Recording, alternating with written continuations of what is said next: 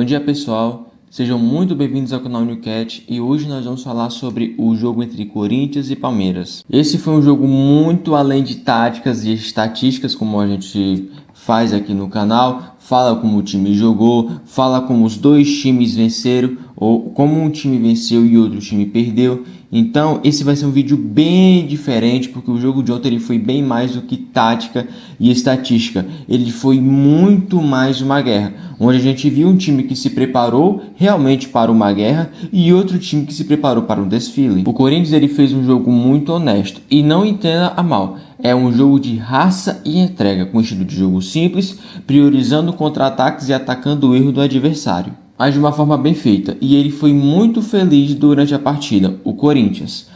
Josef Martinez foi o líder em roubadas de bola, o Garro ele funcionou muito bem como um arqueiro, lançando para o Yuri Alberto, que se mostra o jogador que ele era no Internacional e em parte no Zenit, da Rússia.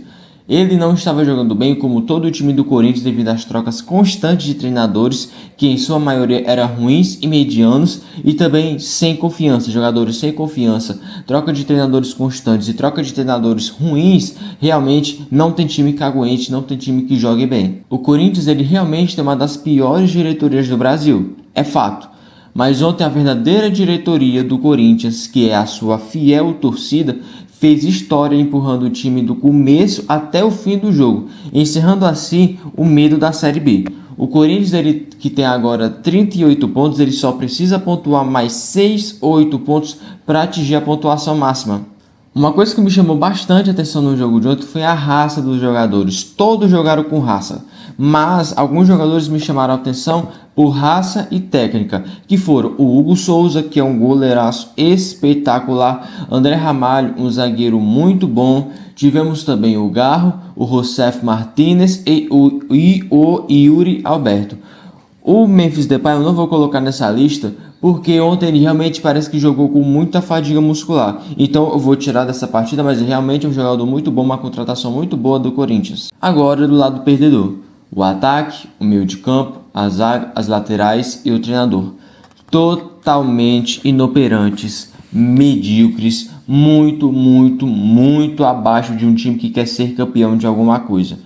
Esse time ele tem semana livre para treinar há 3 meses. Um time que não empolga, um time que só sabe bater em cachorro morto. O Palmeiras venceu o Campeonato Paulista, que bom, mas é muito pouco para um time que tem um faturamento anual de mais ou menos 850 milhões de reais.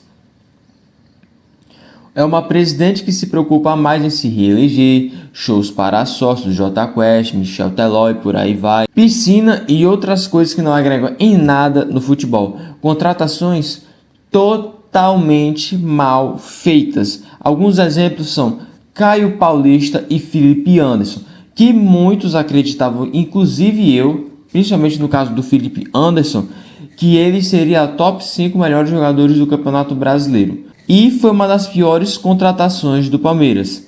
Eu arrisco dizer que o Palmeiras não se livrou do Lucas Lima. Ele trouxe outro Lucas Lima italiano 2.0.